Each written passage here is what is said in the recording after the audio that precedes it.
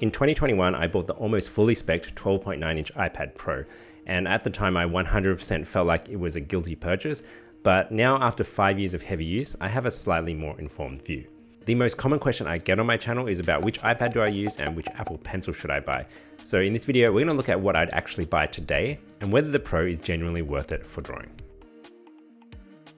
Now, it's not as simple as a yes or no answer. I spent a long time thinking about this, and I realized every iPad owner goes through 3 stages of ownership. So everyone makes it to stage 1, a smaller group make it to stage 2, and the rare few for whom buying a Pro is really worth it make it to stage 3. By the end of this video, you'll know exactly which one you are, and that'll tell you more than any spec comparison ever could.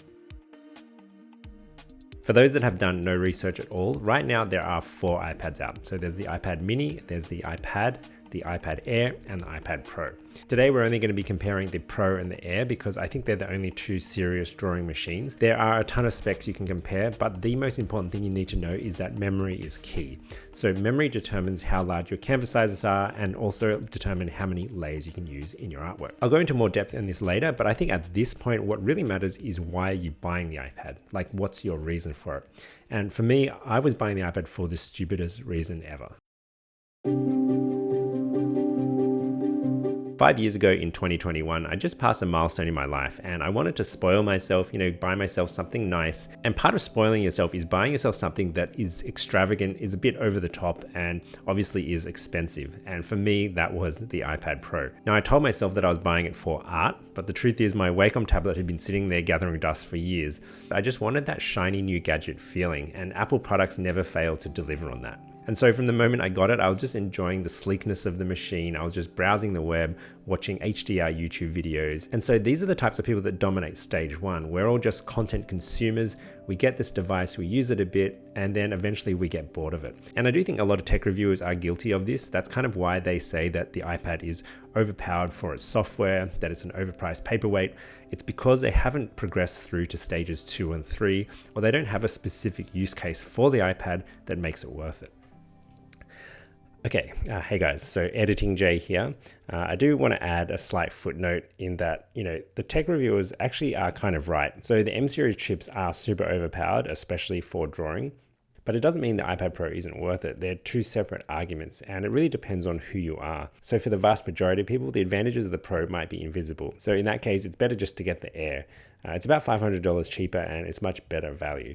I'll do a more direct comparison on the 2 next. Speaking of value, this video is brought to you by Porkbun, the amazingly awesome ICANN accredited domain name registrar based out of the Pacific Northwest, rated #1 by Forbes Advisor since 2025. I recently registered a domain with them for a super secret project, and I was blown away by their transparent value pricing, free domain features like WHOIS privacy, and free URL and email forwarding. I've been with a registrar that has overcharged me with non-transparent and confusing pricing, so it's been a breath of fresh air to work with Porkbun. For example, I was paying about $26 per year for my domain name, but Porkbun only charged $7.96 for the first year of that domain extension and renews at $12.67, which is still way cheaper than what I was paying before. When I first heard the name, I had no idea they were a domain company, but it just goes to show they have a fun brand personality, and that's why I like them. They also offer customer support from real people 365 days a year, 24/7 email support, and real phone/chat support during business hours. If you need a domain for an art portfolio or your own secret project, check out the link in the description. There are lots of first-year deals, and my link gets you an extra $1 off.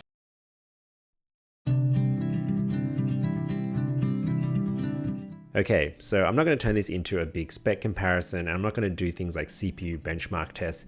I'll leave that to all the other tech review channels. Instead, I'm going to focus on some of the main differences between the Pro and the Air, and which ones actually matter for drawing. Here we have the Air, and here we have the Pro. And on the left side here, I have the 5 main different features. Now let's start with the CPU, because actually the CPU doesn't really matter. Like I said before, the M series chips are really powerful, but there is a key difference you should know. So the Air has the M4 chip and the Pro has the M5 chip. The next major feature here is the display, and this one actually matters. So the Air has an LED display and the Pro has an OLED. Now, I'm not going to go into this fully scientific explanation of the difference between these two, but my basic understanding is that LED screens have a backlight, whereas OLED screens don't, and each individual pixel on an OLED screen can be turned on or off. And the implication for that is that, you get much more natural blacks and just richer colors in general. Third item here we have is refresh rate. So the Air has a 60 Hertz, refresh rate, and the Pro has a 120 hertz refresh rate. And my understanding of this is that the refresh rate is kind of the frequency at which the screen updates itself. So the higher the refresh rate, the better. This translates into better responsiveness with the graphics on the screen, particularly with how your Apple Pencil interacts with the screen. And that's really important for artists. Okay, and for storage, the Air has 128 gigabytes, 256, 512, and 1 TB. The Pro, on the other hand, steps it up a bit and starts at 256, goes to 512, 1 TB, and 2 TB. For the iPad that I currently have, I'm on 512, so any of my opinions, you should base them off of the 512 when I talk about storage and space. And generally speaking, I think you'll be okay if you go with the 512. Finally, for memory, all iPad Airs have 12 gigabytes of memory, and the Pros have 12 gigabytes or 16 gigabytes, depending on your config. So looking at this, the things that really matter are the display, the refresh rate, and the memory. The display determines how rich your colors are, the refresh rate determines how responsive your iPad display is, and your memory determines how large your canvas sizes are and how many layers you can have. Now, an interesting thing to note here is that the 16 gigabyte version is only available in 1 TB and 2 TB of the iPad Pro. If you get the 256 or the 512, you'll be on 12 gigabytes of memory. So there is an overlap in the Air and the Pro where they might have the same amount of memory, and the only difference that you're getting is the refresh rate and the display. So keep in mind, if you do want larger canvas sizes and more layers, you'll need to go for the 1 TB or the 2 TB version. This can be a little confusing, so let me show you on the Apple website just so you know where to go. Okay, so I'm here on the iPad page, and let me scroll down here and you can see the iPad Pro, the Air, the iPad, and the iPad mini. So I'm going to go here to the iPad Air and select buy. And I'm going to go with the 13-inch model. This whole time I've been assuming we're talking about the largest model, especially for drawing you want the biggest screen size. I'm going to choose gray for my color, and I've chosen here 512 gigabytes of storage. That's what I've had most experience with, so I recommend going for that. And I'm also going for Wi-Fi. I don't think cellular is really needed. Now, the thing about this configuration page is it doesn't show you the memory. Like, that's the most important and key feature I told you guys about. But for iPad Airs, they all have 12 gigabytes of memory. So you don't have the option to select because it's the default. But if we go back here to the Pro and select buy, now let's go with the 13-inch again. We'll go with space black. And here there's more details. So you can see the 256 gigabyte and the 512 both have 12 gigabytes of memory, see right there. And then if we go down to the 1 TB storage and the 2 TB storage, we've got 16 gigabytes of memory. So, I mean, I know that I recommended 512 gigabytes of memory before, but if you really want access to those larger canvas sizes and more layers, this is where you're going to find it. But I do want to stress that if you do go for these lower models, you still will be able to access a lot of layers and large canvases. I'm going to do a more detailed breakdown later in the video, but just keep that in mind. This is how it's broken down on the Apple website, and this is what you should look out for. After a few months, your shiny new gadget is, well, less shiny. And this is where the honeymoon phase ends and stage 2 begins. For me, a weird thing happened where I was using it less and I noticed it collecting more dust, but at the same time, I didn't want to let go of that honeymoon phase because I knew this machine was awesome. I just had nothing to do. And at that point, I kind of had a sinking feeling in my heart thinking maybe the tech reviewers were right. You know, maybe this thing is an overpriced paperweight and I've just wasted a whole bunch of money. So I was trying to look for more HDR content to watch. I was, downloading various apps, and it all felt kind of flat. But eventually I turned to the one app that I ironically told myself was the reason I was buying this in the first place, Procreate. It was a strange feeling because normally when you want to draw, you draw because you want to. But in my case, I was drawing because I wanted to use my iPad, not so much because I was inspired to create something. So it feels weird to sit here and reflect on the fact that what kind of spurred me or got me back into drawing was shiny new gadget feeling, which is something that people say is superficial, it's, dumb. But that's what did it for me. The shininess of the iPad, that fresh Apple new device feeling, that's what got me into it. I guess you could say the Apple fanboys are right.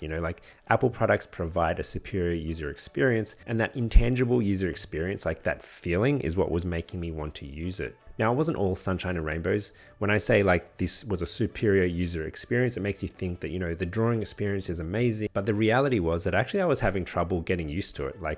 I wasn't used to the Apple Pencil on the glassy iPad surface, and I had years of muscle memory built into my hand from my Wacom tablet and Photoshop, so this just felt completely different.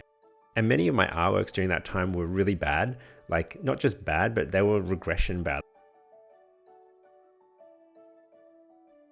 Over time, I did start to learn the software and hardware. I figured out how to configure things, and I started to get into a groove and have a nice workflow. And I think this is when you're in the thick of stage 2.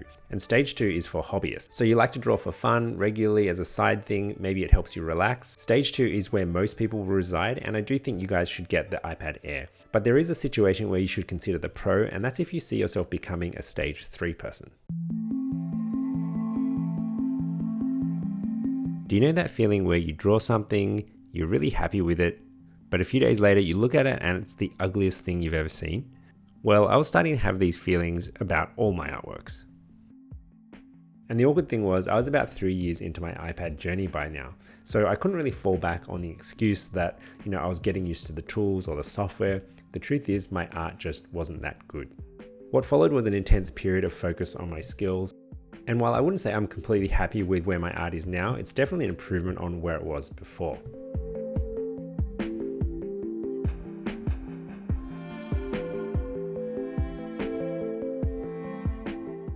And an interesting thing happened in this period. So my iPad went from a shiny gadget to a robust tool.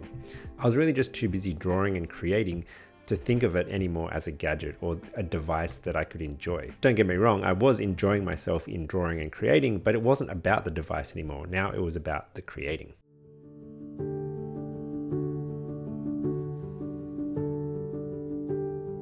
Stage 3 has been part of years 4 and 5 of ownership, and by now I'd say my iPad has seen better days.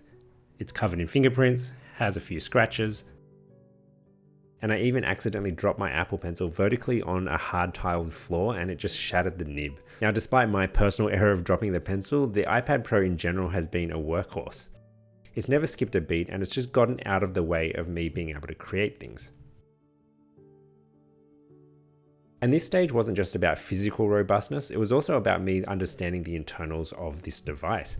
Like when I first bought it, I wasn't sure if 512 gigabytes of storage would be enough. I was worried I wouldn't be able to create enough canvases or I might run out of space.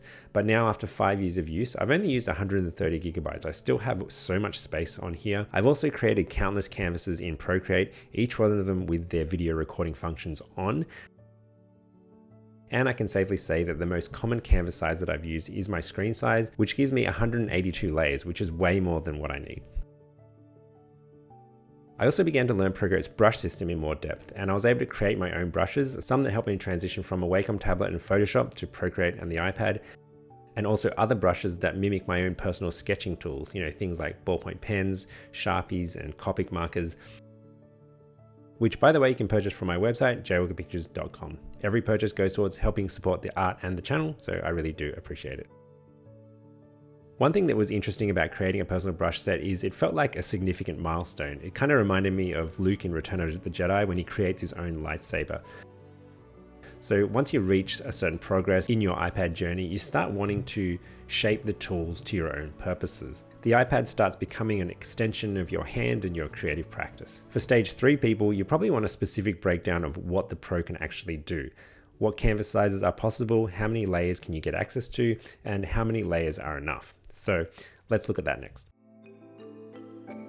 I'm here in my gallery and I'm going to show you guys 4 different canvas sizes you might use and how many layers are available.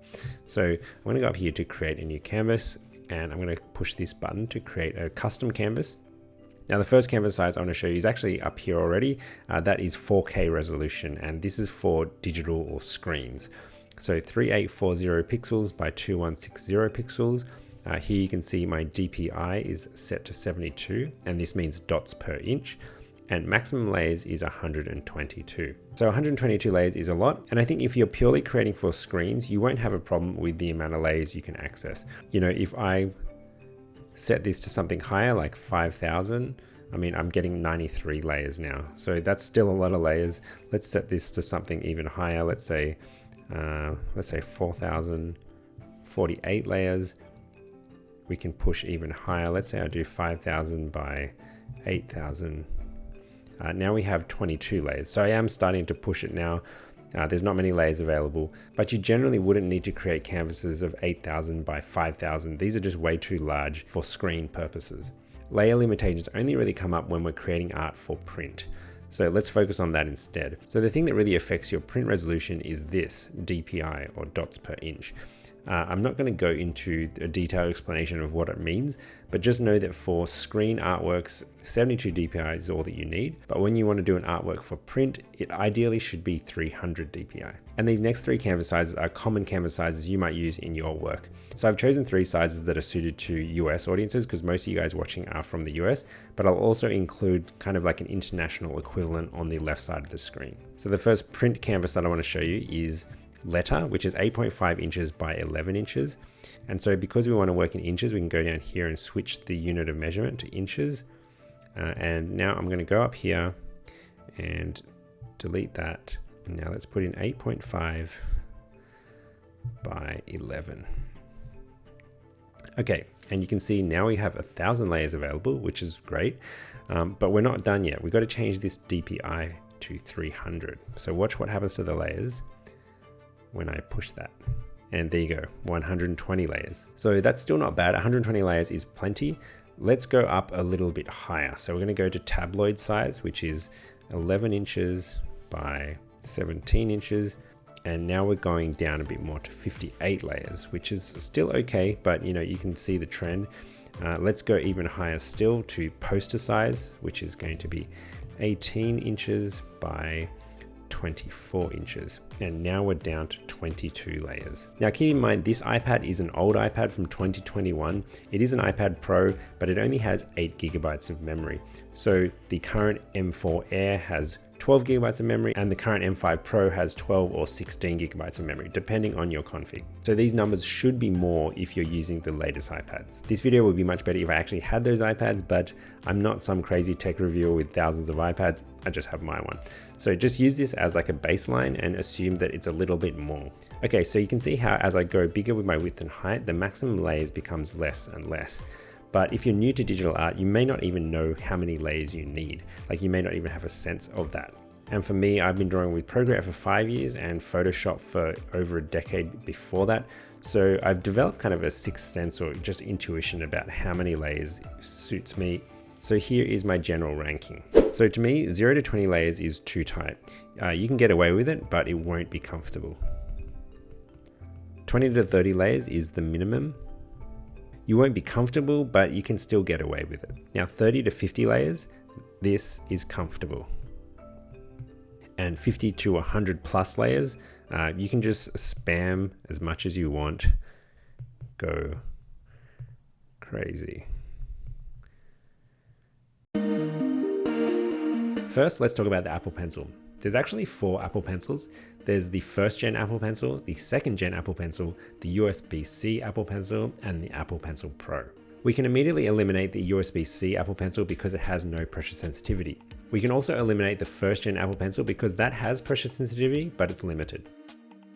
The second generation Apple Pencil is the one that I have, and I can vouch for it in digital painting, sketching, and general purpose drawing. But I should caveat that by saying that the Apple Pencil Pro is a newer version that has more features. So while yes, the second gen is good and can do most of the things you need for drawing, if you want the latest and greatest, go for the Apple Pencil Pro. The reason I'm not getting the Apple Pencil Pro is basically because my iPad doesn't support it. The Apple Pencil Pro is supported by the M2 iPads and above, and I have an M1. And as for iPads, well, it depends on who you are, a stage 1, 2, or 3 person. Personally, I would get the best one you can afford.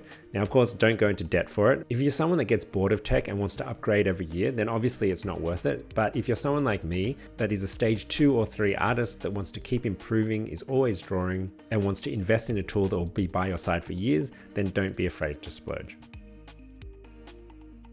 Now, I know not everyone can afford to splurge, so if you don't care for, large scale print work and you don't care for the Apple Pencil Pro, my wildcard recommendation is actually to get my iPad.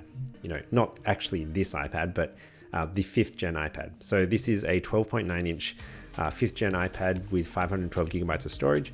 And I saw it on Walmart.com for about 590 USD. So that's an insanely good deal. And it's going to enable you to do 90% of the things most artists want to do. It'll enable you to do everything that you see on this channel. And it's just been a really great tool to have by my side all these years. Thanks for watching, guys. I hope you found this video helpful. And if you've just bought your iPad and you're ready to get started in Procreate, I have a video just on that. Check it out here.